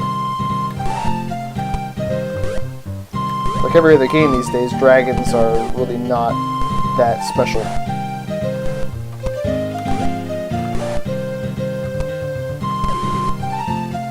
I should probably stop all ganging up on this one guy to the left and go for the other guys too. This is taking a while. Maybe it's because Dupre, who's the guy in like the pink getup over there.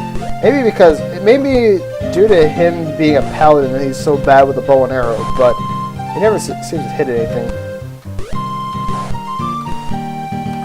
There we go. Julia killed them. Julia's... Oh yeah, the Tinker.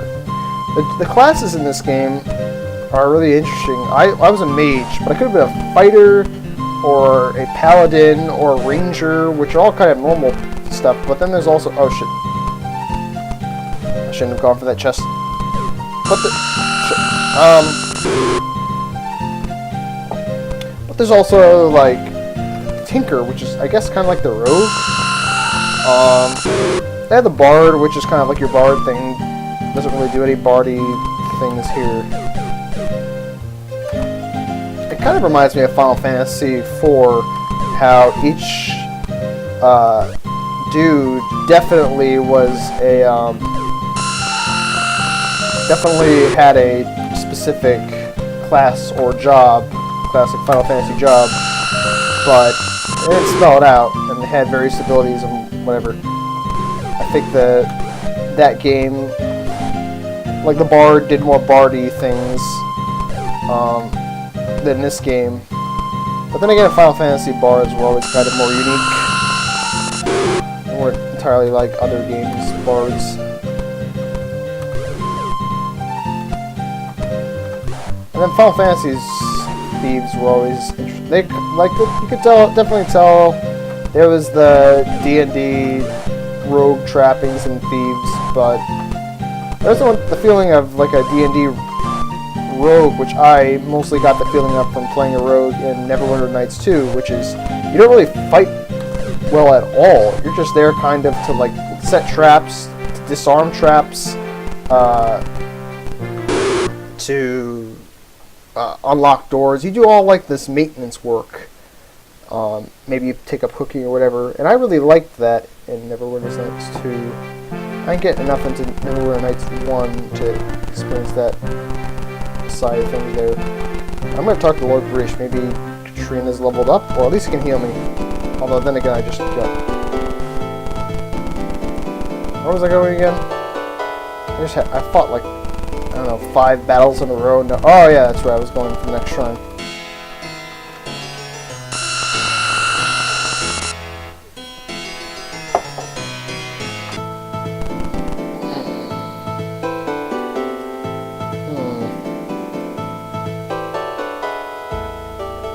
Justice. Alright, yeah, we had to go to you.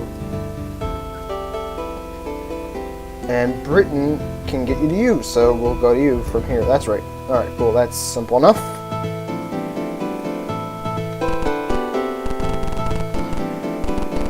I really do have a love-hate relationship with this game.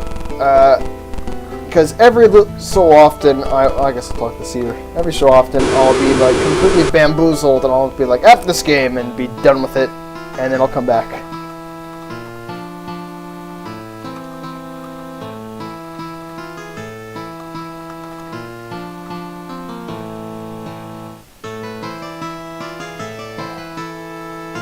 Sacrifice.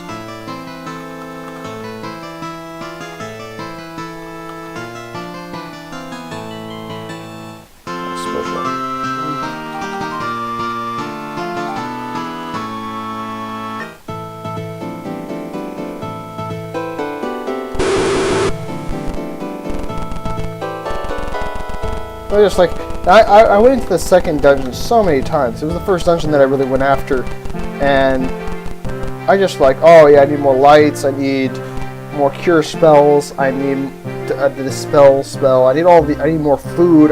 You run out of food very fast in dungeons. I think the gremlins steal food from you, those little bastards. But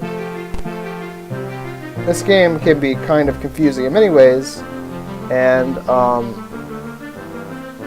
I would just keep on getting screwed over. And then like I was practically an 8-part avatar, but then that didn't work out because I lost some of my attributes. So now I have a slightly better understanding of it. Still not great though. Probably gonna call it soon though.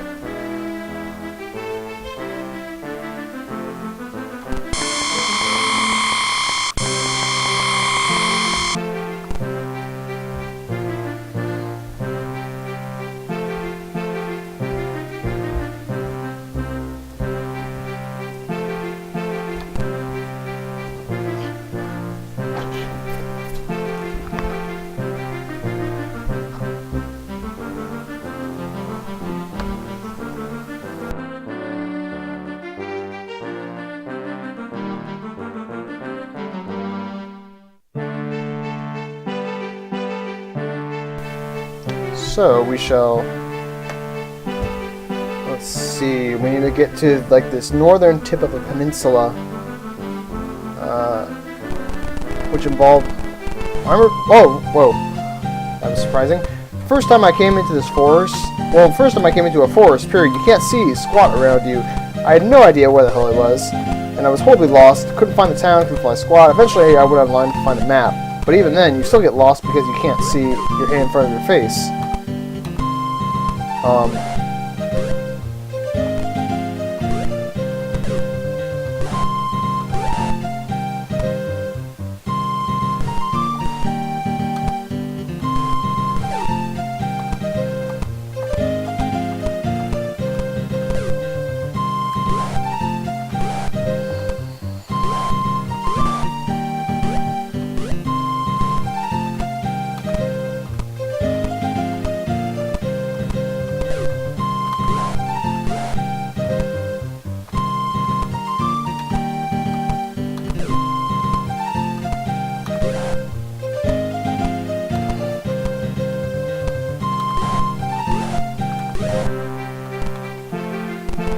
Normally you want the guy with the highest dex to unlock your chests. I think now it's, yeah. Oh wait, I don't think I was supposed to attack things. I'm supposed to just slaughter them. However, I'm pretty damn sure that rogues are evil, so all bets are off. I just need to make sure they don't flee, because that, I think, lowers my valor.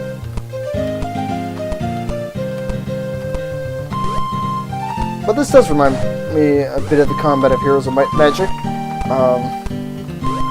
just not hex-based. That time I had Shimmy to open the chest.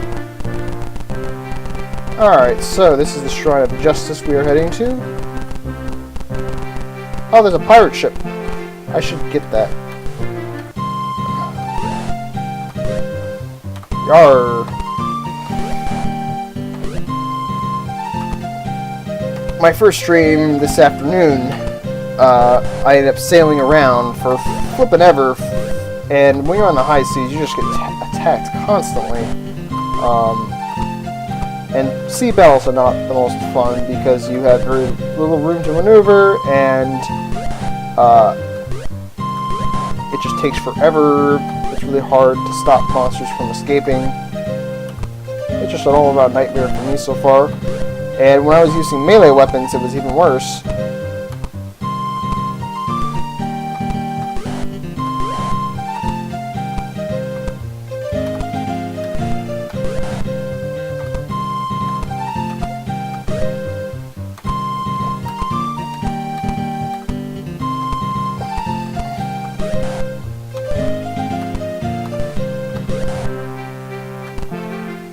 Ah, crap.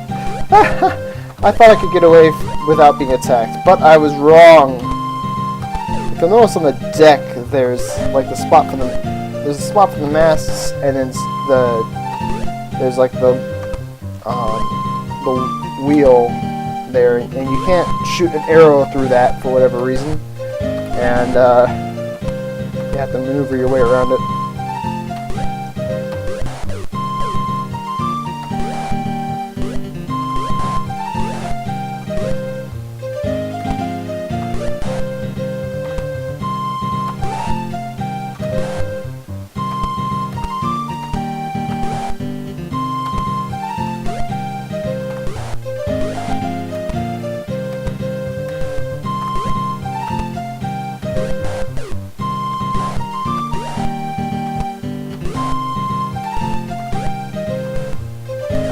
probably start moving to pray forward.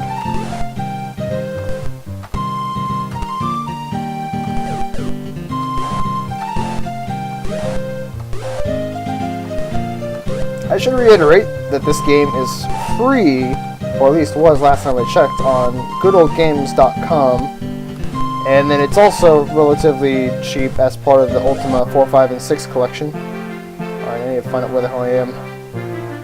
You know, I think the shrine is up. Yep, there we go. Oh, there's my boat from last time I came here. And then realized, oh crap, I lost all my virtues. Justice!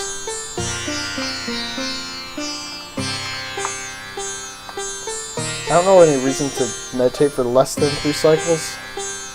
Alright, so B-E-H is the mantra. Beh.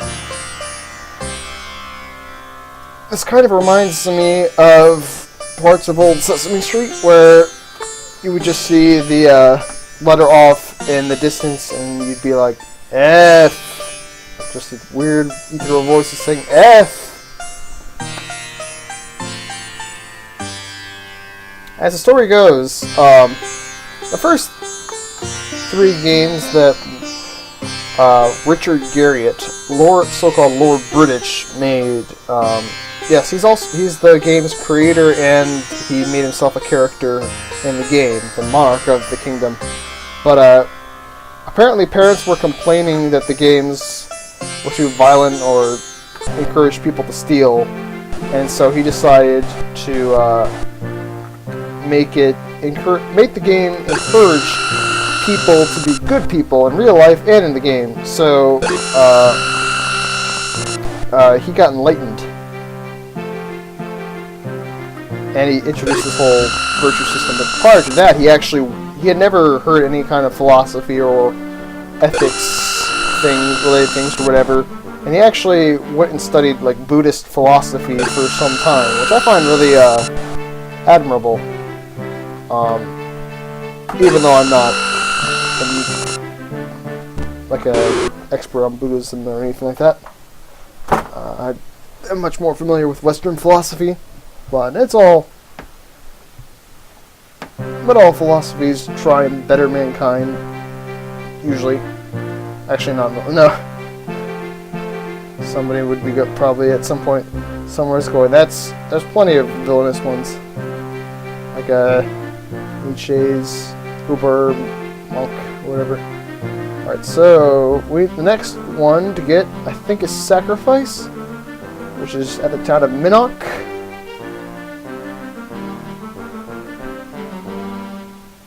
Where the hell is my map? There we go. Alright, Minnock 5. Alright, so, oh yeah, we just have to sail over there. Or I could walk. Sailing is faster, but I hate being attacked in the high seas. I guess we'll sail. Alright, so I was told that you can rest while on shipboard. No, you totally can't, you. Come on. Alright, so unfortunately the way the wind works in this game is that if you're both going into the wind or away from the wind, you move really slowly. Oh, and look, there's a... Wait a minute. That bastard sunk my ship. Ships are kind of... don't have a lot of health. So I figured it was better to just board his ship than try and exchange broadsides. And then your ship heals after that. I'm not sure if that automatically happens, but I got an item at some point that increases ship's HP, which I don't think actually increased the total cap, so I'm assuming that it just regenerates your ship's health.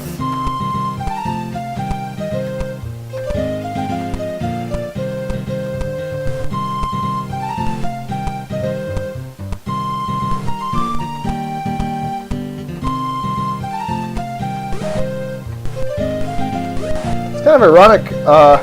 I hadn't looked at the Ultima series in years, not since I played Ultima 6 many years ago, and I'd actually gone through a whole work of like modding Baldur's Gate 1 for me to have a good Baldur's Gate experience off of the GOG.com version that I had gotten. And because like several years ago or whatever, there was a whole sale where you're able to get like all the old Infinity Engine games for dirt cheap. I did that, and it was a good purchase. And then I had all that thing set up, and then I watched like an Ultima retrospective, and I figured, wow, I really like those games. Although I didn't play much more than just 6 and a tiny bit of 4, so I decided to start playing for through 7, and then go back and probably do the earlier ones later on. Alright, there we go. So we're traveling way faster now.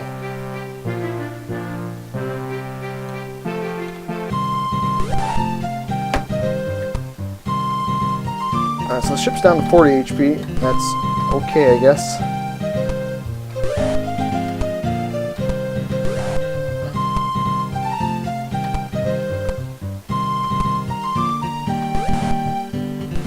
Unfortunately, I bet some monsters just inevitably escape.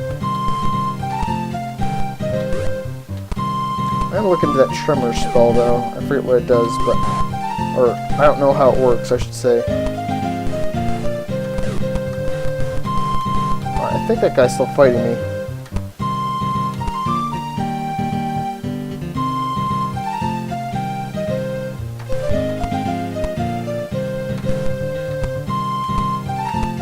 So many ship sailing shenanigans here. Alright, so there's a possibility that I've lost a... No, apparently not yet.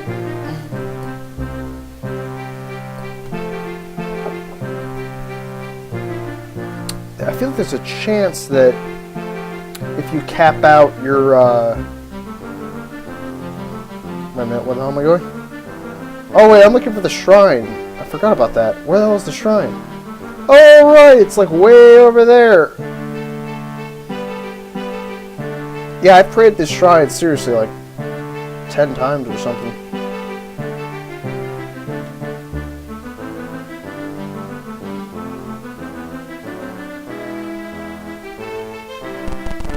Not even that. It was like 3 times. I would keep on losing. Oh yeah! Damn, I just missed it. Double new moons. You're able to get a mandrake root for that random spot in the middle of nowhere.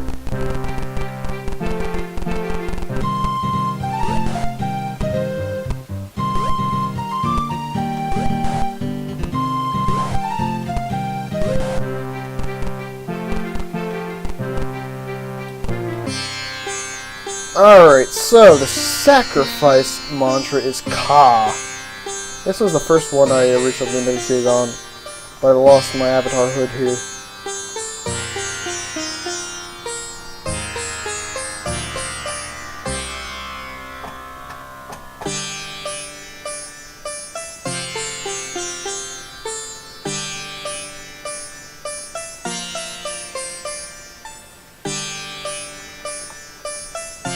Actually, how many more?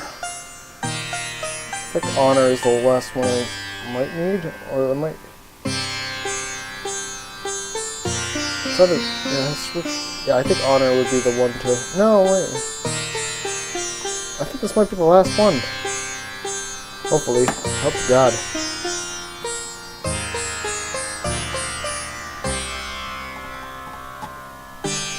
Better still have honor because.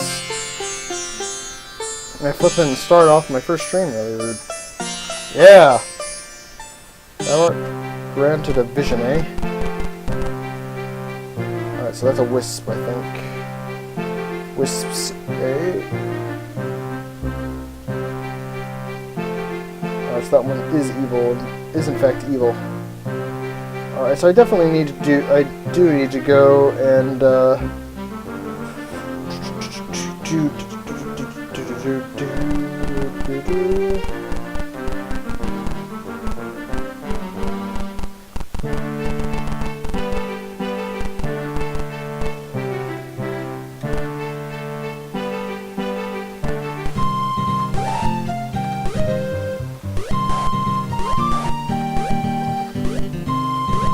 think I might be an 8-part avatar by now.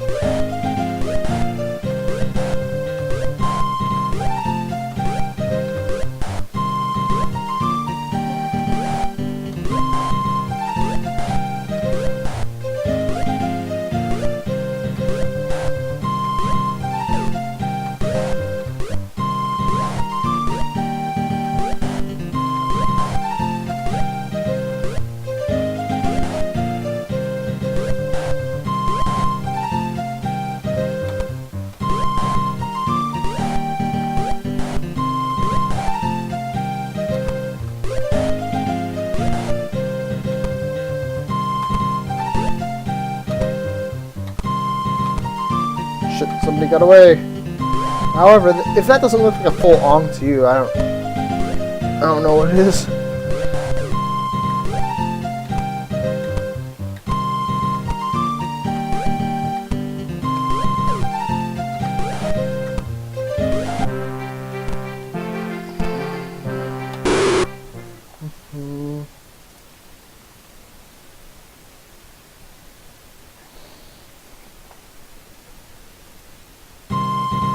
And we're attacked.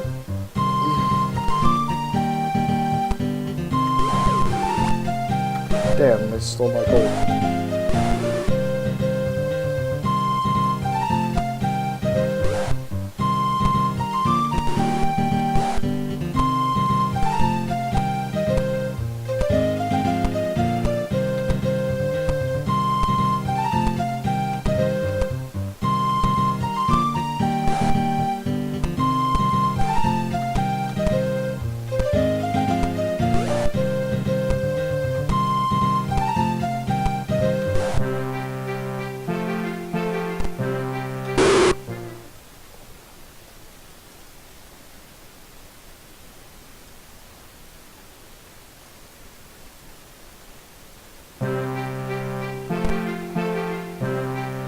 Alright, now we just wait for double full moon, which should hopefully happen at some point.